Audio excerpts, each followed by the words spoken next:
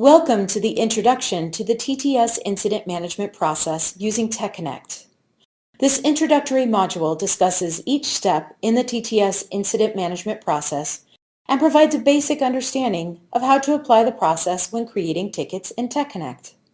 In later modules, we will cover in detail creating a ticket and working in TechConnect. The incident management process consists of 4 steps: identification and recording, investigation and diagnosis, resolution and recovery, and closure. In the first step, identification and recording, you will receive an incident or a request and create a ticket in TechConnect. The ticket might be created automatically when an email is sent to the service desk, or you might create the ticket directly in TechConnect while on the phone with the client. Before you create a ticket, start by asking the client if they have called or emailed about the issue before.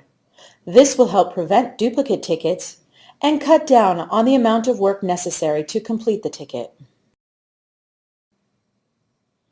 Once you have identified the affected client, there is also a field in the ticket where you can show related incidents. Reviewing other related tickets can help you personalize the support experience as well as provide another way to prevent duplicates. Clients feel more comfortable when they know the technician is familiar with their previous issues. The second step is investigation and diagnosis. This step is where you use all of the tools available to you to research an issue and locate a resolution. If the issue cannot be resolved by you, this is also when you may choose to transfer or escalate the ticket. Escalating a ticket is when you cannot resolve the ticket yourself, so you locate and assign it to another group. Transferring a ticket is when you discover through research or other means that the issue must be passed on to another group. When investigating a solution, the first tool you will want to use is the TechConnect knowledge base. This resource has articles to use for troubleshooting and other standard operating procedures, as well as information about common issues and their solutions. Details on how to search the knowledge base is covered in the module Searching in TechConnect. If the answer is not found in the knowledge base, you can check other knowledge tools, such as the wikis, peer knowledge, the internet, or other documentation. Another tool at your disposal is the customer history. Look to see if they've had a similar issue and how it was resolved. Finally, you may want to review the change calendar in the info board. The change calendar shows if there was a planned change to a system that may be creating the issue, and the info board is for outages that we know about. If the solution is found, you will move on to Step 3, Resolution and Recovery. If the solution is not found, you will reassign to the next support tier. Before you escalate a ticket, ensure additional comments are entered for the client, and enter all work notes to provide a record of the issue and what has been done thus far. We will discuss more on work notes and additional comments later in this module. Step 3 involves resolution and recovery. You have located a way to resolve the issue and are now working with the client. When applying the solution, you can help the client remotely using BOMGAR. TechConnect has an area where you can generate a BOMGAR session key directly through the ticket to ensure that the session is captured in the system. This will be covered further in the module Working in and Resolving a Ticket. You may also simply provide the answer to the client via telephone or email. Or, if you are on campus, you can go to their location and assist them in person.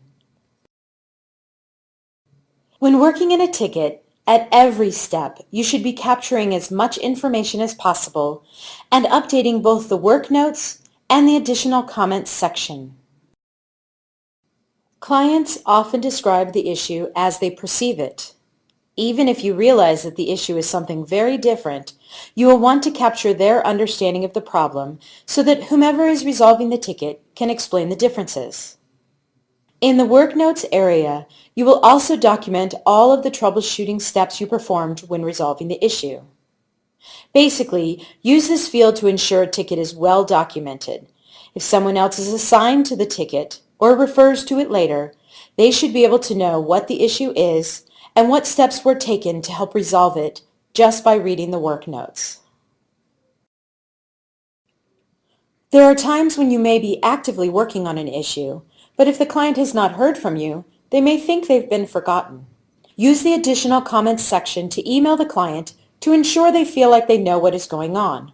Make sure they are well informed of the issue and how you plan to resolve it. Your comments should also reflect attempts to reach a client, even if they did not respond. When writing a client, you should always include an appropriate greeting as well as a signature.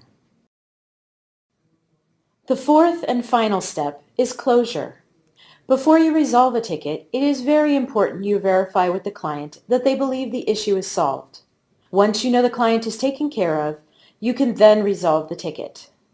During this step, you might also create or edit articles in the TechConnect knowledge base. This will help someone in the future more easily find how to resolve an issue should it arise again. We will discuss more on KB articles in the module Creating a Knowledge Article in TechConnect. Although we call this fourth step closure, you are really dealing with the resolution of a ticket. As the technician, you will resolve the issue or request. Then the ticket will automatically close 48 hours after the ticket is resolved if there is no other activity. As you go through the TTS Incident Management Process, your work is reviewed using two different metrics: Service Level Agreement, known as SLAs, and Key Performance Indicators, known as KPIs.